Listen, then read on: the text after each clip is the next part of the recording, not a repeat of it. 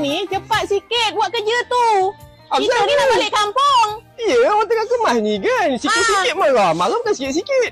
Sampah kat belakang tu banyak lagi yang nak kena kemas. Habis tu, awak juga yang kena buat. Ibu tolong lah. Yalah ni ke kan aku tengah buat ni. Yelah. Awak pergi buatlah. Cepat. Jangan lagi-lagi. Ya, marah pula tak habis-habis. Banyak tempat bertabung Patut aku ni banyak nyamuk. Mana dah si Umau ni? Umau! Mai sini kejap. Ya, Mak. Apa? Sini. Kau tengok ni. Apasal? Sini.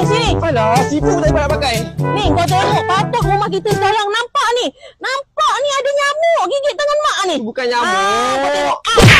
Kau tengok tempat pembiakan nyamuk banyak. Habis tu? Tu, lemang. Yang kau makan hari tu, yang kau minta belikan tu. Apa benda yang memekak sangat dah awak tu kat belakang tu? Hara tengoknya tu. Lemang kau tak buat jual, kau tak buang lemang tu. Yelah. Awak buanglah, Mak. Buluh lemang tu.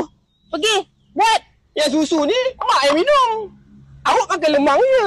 Habis, bila aku dah buat air, engkau tak minum.